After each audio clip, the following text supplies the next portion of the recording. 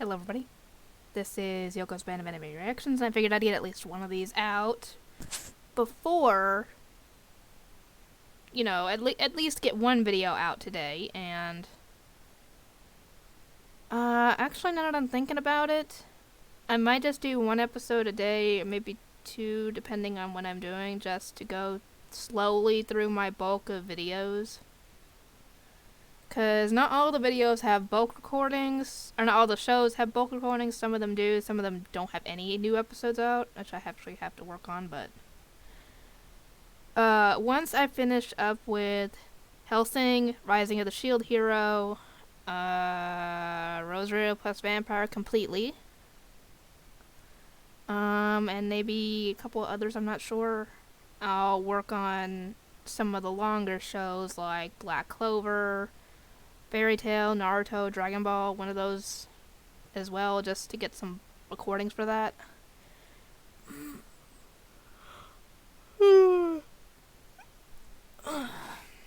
And just so you know, this is a PJ shirt. When I say PJ, it's a pajama shirt. I just decided to wear it because it's nice and soft. And it's warm. Despite not having, actually I need to turn the heater back on, but anyway, this is going to, like I said, it's going to be my review for Rising of the Shield Hero, Episode 5, and oh my god, so much good stuff happens in it! Where do I start? For one thing, surprisingly, Raphtalia went and got the slave charm put back on her, despite the fact that it was taken off in the last episode, and she did it of her own free will because she sees it as a symbol of Naofumi's faith in her, which is good. And they actually get a little monster egg in a little lottery thing, and essentially it's like random what you're gonna get. And if they got the grand prize, they would have gotten a dragon, which would have been awesome, but he doesn't need a dragon. And when it hatched into a little chick. And as the little montage showed, it got bigger and bigger and bigger and bigger until it looked like I guess you could say like an ostrich, sort of, with a long neck and the body you can ride. And oh my god, that thing is fast, because he got on it and it started running. It didn't come back. Because it showed Raphtalia standing there and waiting. It was the daytime, and then it showed her standing there at night, and it still hadn't come back. So I don't know where the heck it went, but the bad thing, I don't know if this was, what was the guy's name? Whatever his name is, the spear hero. I don't know if this was his idea or that bitch princess's idea.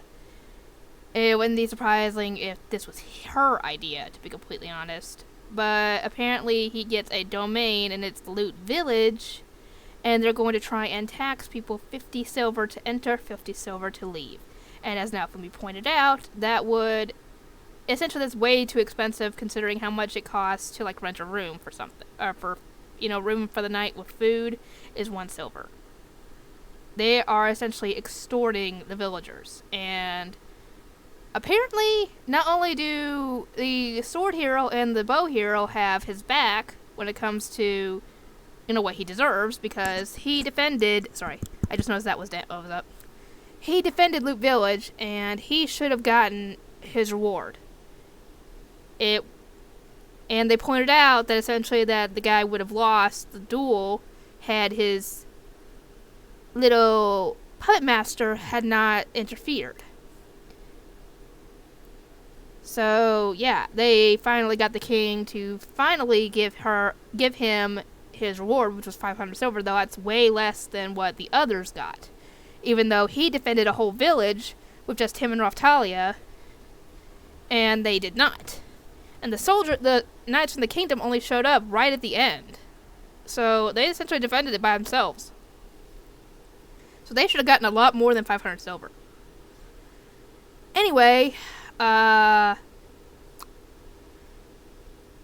some people from, I guess, a neighboring kingdom, because it looks more industrialized than the one they're in currently, and the princess there, or queen, or I assume queen, has been keeping an eye on things, and apparently she I would assume kind of sides with the shield hero on this one, because her little spies pop up and essentially give her some kind of, the princess some kind of, the bitch princess some kind of message. I don't know what it was, but it set her off. And she essentially asserted a challenge to ride dragons around the village, and whoever won would get, control of the village. And apparently, whatever Philo is, they don't get along with dragons. So she wants to be the one that Naofumi rides, and yeah, despite the Spear Hero's party cheating and trying to cause pitfalls so they would lose, he still won. Barely, but he still won. And they tried to play it off like he cheated, but no, it was them who cheated, and the queen's spies, stood up for him and said, no, you guys are the ones that cheated. You guys are the ones that cast that magic. And they explained how Raftalia and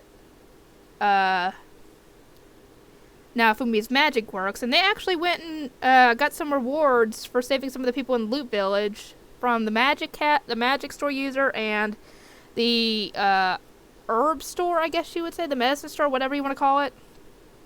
They got some gifts because of that, which paid off. And I was like, how do they know what, even Naofumi was like, how do they know so much about us? And they explained how they don't have that kind of magic to do that. So, yeah, y'all don't have as many allies as you think, huh? But, yeah, it is so adorable. Philo is so cute, even just in her big chick form. It's adorable. And even more so when she's in her little human-looking form. It's so cute! But yeah. Oh, the best part. The Spear Hero walked over to the two and was making threats or something. And Philo didn't like that, so she kicked him where the sun don't shine and sent him flying into, I think, a bunch of barrels or something. And he still was hurting from that after the race. And I thought that was freaking hilarious. That's what he gets for letting that princess manipulate him. So essentially, he's the only one really being manipulated at this point because the sword hero and the bow hero are actually using their heads. Though I wish they would use their heads and think about the whole rape accusation some more, because you would think they would go and question some of the tavern people and ask them if they had seen the two in the tavern and who was drinking the wine. If they ascertained that it was her drinking the wine and he wasn't, that would unravel the claim that he was drunk when he did that to her. So, but nope, not yet. Not anytime soon anyway. Anyway, I hope you guys enjoy the reaction, because I sure freaking did. Or I enjoyed the episode anyway. And I will see you all next time.